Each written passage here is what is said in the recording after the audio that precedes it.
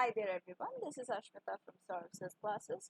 Here we are going to solve JEMSCN paper right now, and this is from the year 2023. Let's focus on 10 questions in today's video, and if you want to prepare these examinations with us for any kind of entrance exam preparation or government job exam preparation, you can join our classes. For all the details, you can just check the description box below this video. You will get all the details over there. So do join our classes for further guidance. Coming back to the questions over here, which of the following local anesthetics is called a universal anesthetic? Universal anesthetic means what? Means something which is universally accepted, right? Worldwide accepted. It would be lidocaine.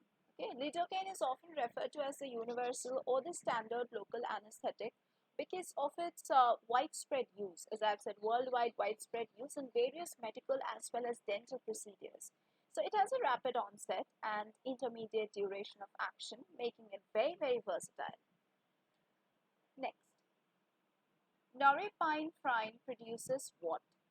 It produces vasoconstriction. The norepinephrine, it's also known as noradrenaline.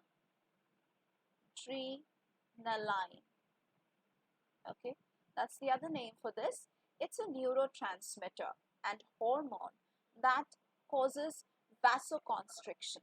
Okay, which is related to narrowing of the blood vessels. That is what vasoconstriction is.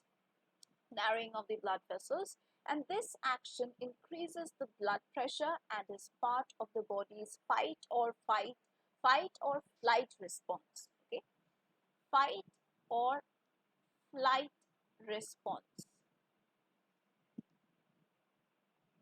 Next, chronic long-term therapy of myasthenia gravis is usually accomplished with what? I feel for this question the answers are not enough as given over here. I would go with pyridostigmine. That would be the correct answer, which is not present over here. And it is an acetylcholine sterase, and it's an acetylcholine sterase inhibitor, and it is commonly used for long-term treatment.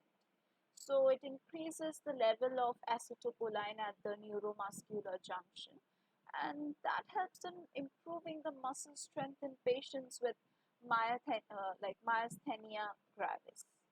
So I feel the correct option is not mentioned over here. So my correct answer would be this one. Most commonly used model of care in ICUs is, it would be primary nursing. Okay, because primary nursing is the most commonly used model of care in intensive care units, that is ICUs. In this model, what happens? A registered nurse assumes the responsibility for the total care of a small group of patients throughout their hospital stay, coordinating care and communicating with other healthcare team members along with taking the primary care. Next, bedside performance of a student nurse can ideally be assessed by what? It can be assessed by the rating scale over here. So why rating scales? Because rating scales are commonly used to assess the bedside performance of the student nurses.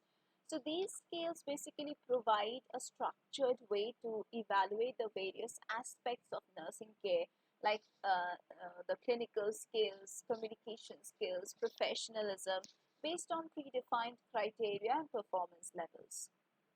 Next, every subordinate should receive orders from and be accountable to only one superior is called. Now this is called unity of command. Unity of command is like a principle of management stating that each subordinate should receive orders from someone superior, and this junior should be accountable to only one superior at a time. So this principle helps to avoid confusion, conflicts and also dual authority within an organization. Okay. Next, the most crucial phase of group dynamic is, it would be storming. Storming is considered the most crucial phase of the group dynamics. During this phase, what happens? Group members may experience conflicts, disagreements, then power struggles as they establish their roles, their norms, and expectations within the group. Next, false, harmful written report is called what? It's called libel. So libel refers to a false or harmful written statement about someone that is published or publicly communicated, resulting in damage to the person's reputation. Next question. When weight of a person is recorded as 61 kg, the type of data is expressed as what? It would be expressed as continuous data. What is continuous data now? This is the data that can take any value within a range. So in this case, weight, which can be any value on a scale, is an example of continuous data. Next, last question for discussion in today's class. Standard deviation is a measure of what? It is a deviation from the mean value. So C is the correct option. Now, standard deviation is a measure of the dispersion or the spread of data points in a data sheet, and it quantifies how much individual data points deviate from the mean, that is the what we call the average of the data set. Okay.